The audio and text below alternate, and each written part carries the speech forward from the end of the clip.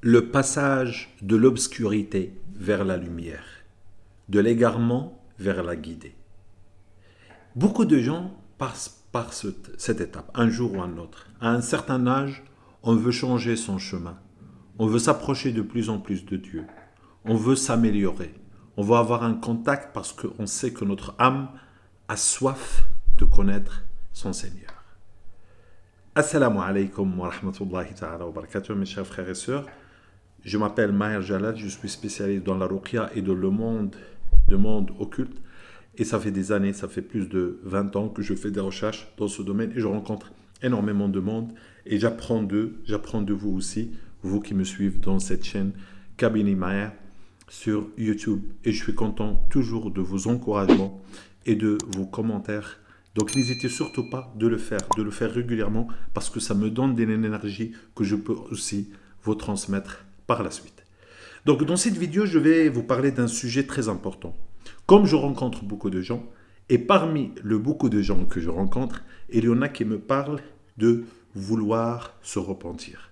Se repentir veut dire changer son chemin. Être dans un chemin, on va dire plus ou moins égaré, un chemin où on ne connaît pas Dieu. On sait de la religion, pour ceux qui sont déjà dans une religion, que voilà, il faut prier, il faut faire ci, il faut faire ça. Mais dans la réelle vie, on ne pratique rien du tout.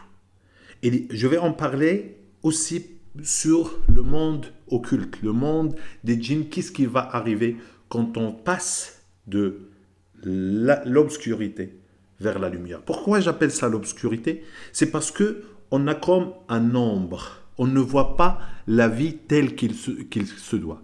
La vie où nous vivons n'est pas créée comme ça au hasard. Dieu, il dit dans le Coran, أَفَحَسِبْتُمُ أَنَّمَا خَلَقْنَاكُمْ عَبَثًا وَأَنَّكُمْ إِلَيْنَا لَا تُرْجَعُونَ. Donc, est-ce que vous pensez que la vie, elle est créée juste pour, comme ça, au pif, au hasard, et que vous allez pas retourner? Donc, la vie de ce bas monde n'est pas créée comme ça pour jouer, pour rigoler, pour vivre, que pour vivre pour ce bas monde parce qu'il est limité. Parce qu'on va vivre un certain temps et ensuite il va avoir une autre vie beaucoup plus intéressante. Donc, et Dieu, dans un autre verset, il va nous dire je vous ai créé que pour m'adorer. Je n'ai créé les djinns et les êtres humains que pour m'adorer. Ma khalaqtul jinna wal insa illa liya'budun. Et le mot adoration n'est pas seulement faire la prière, faire le ramadan, faire ceci, faire cela, faire les orgues. Ça, c'est juste, on va dire, des ordonnances pour bien comprendre qu'est-ce que c'est que l'adoration. Et dans un autre hadith, le prophète sallallahu alayhi wa sallam, qu'est-ce qu'il dit? Il dit al-du'a, l'invocation et l'adoration. Donc en fait, le but de ces ordonnances, prière, jeûne, donner la zakat, faire ceci, aller au hajj, etc., n'est que pour que tu arrives à vraiment invoquer Dieu. Et ça veut dire quoi, invoquer Dieu? Ça veut dire lui demander de l'aide. Lui demander, si tu as besoin de te marier, tu lui demandes. Si tu as besoin de manger, de travailler, tu lui demandes. Parce que tu as besoin de lui. Lui, il n'a pas besoin de toi. Et donc, pour arriver à cette invocation, à cette prière, il faut avoir ces ordonnances qui sont la prière, le jeûne, la zakat, le hajj, etc. Donc, ça accomplit la vraie adoration. Donc, aujourd'hui, en fait, je voudrais parler sur ce passage. Beaucoup d'entre vous, nous tous, un jour ou un autre, on se décide de nous-mêmes, en plus de ce qu'on a peut-être appris plus ou moins de la société ou bien de l'environnement où on a grandi, on veut connaître Dieu. On veut connaître la vérité de ce bas monde. On veut passer vers la foi, vers la connaissance du fond du but pour lequel on est créé. Alors, ce qui se passe, c'est que, bien sûr, nous avons tous, durant toute notre vie, depuis la naissance, depuis qu'on prend conscience, depuis qu'on devient adulte. Et l'adulte en islam, c'est la puberté. Quand on devient pubère, on devient responsable. Ce n'est pas 18 ans. 18 ans, ça c'est pour tout ce qui est légal. Mais dans l'islam, à partir du moment où la femme est là, c'est monstrueux, et l'homme, il devient capable de produire des spermatozoïdes, désolé pour ce mot, on devient adulte devant Dieu, on devient responsable. Tout ce qu'on fait va être écrit, soit sur la gauche ou soit sur la droite. Wa inna alaykum la hafidhin kiraman katibin. Donc il y a sur nous, sur la droite, des anges qui écrivent les bonnes actions et sur la gauche, des anges qui écrivent les mauvaises actions. Et donc on devient responsable, mais donc venons, on va dire, tu as 30 ans, tu as 40 ans, tu as 50 ans et tu décides de faire le changement de ta vie. Donc bien sûr, avant, on était dans l'égarement, on faisait tout et n'importe quoi. Pour nous, il n'y a aucun problème, on ne sent aucune gêne de faire tout ce que Dieu n'aime pas ou n'attend pas de nous. Alors, se repentir, parfois, chez beaucoup de gens, peut passer assez trop vite. Et Shaitan, il connaît nos défauts. Il nous a égarés. On l'a toujours suivi pendant des années et des années et des années. Et du jour au lendemain, on vient et on lui dit, écoute, on ne veut plus te suivre. Bien sûr, cet ennemi, c'est Shaitan, qui est un ennemi pour nous jusqu'à ce qu'on meure. Et il ne va pas nous lâcher facilement. Et c'est de là que je vais parler sur le mal occulte. Alors, qu'est-ce qui va se passer quand tu commences de prier, quand tu commences d'adorer Dieu, quand tu commences d'invoquer Dieu, à la place de sentir, oui, tu vas sentir un bien-être, une lumière, un soulagement, etc. Mais en même temps, il peut y avoir des waswas qahri. Chez beaucoup de gens que j'ai rencontrés et que je rencontre encore, il va y avoir des waswas, des mauvaises idées, même des paroles que tu peux entendre, où tu peux voir même des sensations que quelque chose bouge dans le corps ou crée des douleurs très intenses parfois. Quand tu veux prier, quand tu veux faire les ablutions, quand tu veux faire invocation, quand tu veux faire n'importe quelle bonne adoration. Et qu'est-ce qu'il faut faire? Parce que c'est perturbant. Toi, tu adores Dieu. Avant, tu étais dans l'égarement total. Et il te lâchait, il te laissait faire comme tu veux. Aujourd'hui, tu décides de bien faire les choses et c'est là que tu vas avoir boum. Non, tout simplement parce que il faut comprendre comment Shaitan il fonctionne. Shaitan, c'est un ennemi. Imagine, tu as un ennemi être humain. Tu as un ami que tu as toujours pensé que c'est un ami parce qu'il te donne le bon conseil, parce que ceci, parce que cela.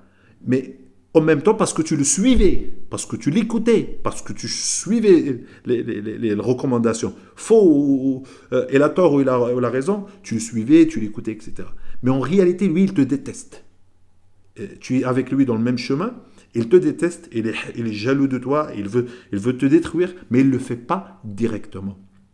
Alors le jour, quand tu le suis, est-ce qu'il va t'ennuyer? Il ne va jamais t'ennuyer. Mais le jour où tu décides, tu ne le veux plus entendre parler, tu le raccroches au nez, tu ne l'écoutes pas, etc. C'est là que tu vas voir son vrai visage. Il va t'insulter, il va parler mal sur toi, il va changer, parler sur ton image, salir ton image devant tes amis, etc., etc. Et c'est exactement le même principe, ce Shaitan. Shaitan, quand tu le suivais avant, dans le temps de l'obscurité, dans le temps de l'jahiliya, dans le temps où tu suivais pratiquement tout ce qu'il voulait, eh ben bien sûr, il ne te gêne pas, il est content de toi, tu es son ami. Mais le jour où tu décides de changer, de t'améliorer, d'avoir des principes, d'être bon avec les autres, parce que c'est ça l'adoration. L'adoration, c'est pas seulement ce qu'on a dit, les ordonnances, c'est aussi le comportement, les paroles, surveiller ce qu'on dit, surveiller ses parties intimes. On la donne que pour ceux qui les méritent. Ça veut dire dans un mariage, etc., etc. Alors le jour où tu décides tout ça, le Shaitan, tu vas voir le vrai visage du Shaitan. Il va venir dans tes rêves, il va venir dans tes cauchemars, il va venir dans ta vie, il va te nuire dans tous les sens du mot. Il va te nuire parce que son travail est pour te nuire, son travail est pour te détruire. Donc parfois on me dit, j'entends dans ma tête que Shaitan me dit, t'es un méchant, t'es un... Donc, Shaitan me dit, t'es un shaitan, t'es un méchant, t'es un hypocrite, ou bien il va te montrer des images sexuelles, où il va te montrer que tu as il va te montrer tous les défauts que tu faisais avant, etc., etc. Parce que c'est son travail. Le travail principal de Shaitan, c'est que toi, tu ne réussis pas. Alors, comment s'en sortir de cette situation? Premièrement, comprendre ce que je viens de dire. Il faut que tu comprennes que ce sont des ruses que lui, il crée pour t'avoir, pour que tu reviens à la vie d'avant. Parce qu'il sait qu'il y a quand même une liaison entre toi et ta vie d'avant, parce qu'il y avait aussi des bonnes choses, entre parenthèses, dans la vie d'avant. Donc, il veut que tu reviennes à ça. Ça, c'est premièrement.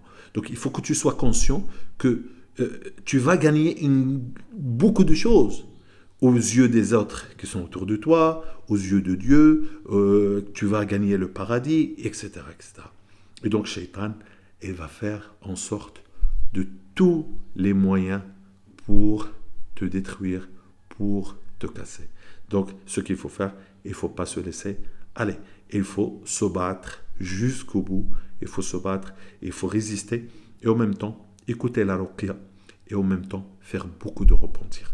Écouter la ruqya comme purification, comme lavage du passé. Parce qu'on a des moments de passé où on n'était pas sur le bon chemin. Deuxièmement, de prier régulièrement et de ne pas rester seul, parce que la seule chose que Shaitan est là, c'est de te souffler des mauvaises idées. Aussi, changer les gens avec lesquels les fréquentations. Parce que si tu fréquentes des gens qui vont renforcer ta foi, qui vont t'aider dans le même sens, sûrement, Inch'Allah, tu tiendras le bon chemin. Et surtout, l'invocation. Invoque Dieu. Fal Maghrib et après Subh, invoque Rabb al-Alamin jusqu'à ce que tu sois totalement purifié. Et sache que tu vas être éprouvé, parce que quand on a la foi, on a l'épreuve. Après l'épreuve, il y a la réussite. Après les difficultés, il y a la facilité. Barakallahu fikum. Subhanakallahumma wa bihamdik. Ashhadu an la ilaha illa anta astaghfiruka wa atubu ilaik. Wassalamu alaikum. N'oubliez pas de liker, de nous encourager et d'écrire si ça vous est déjà arrivé, et aussi proposer s'il y a d'autres sujets qui peuvent vous intéresser. Inch'Allah, je prendrai note et je répondrai sous forme de vidéo, Inch'Allah, dès que possible. Salam alaikum.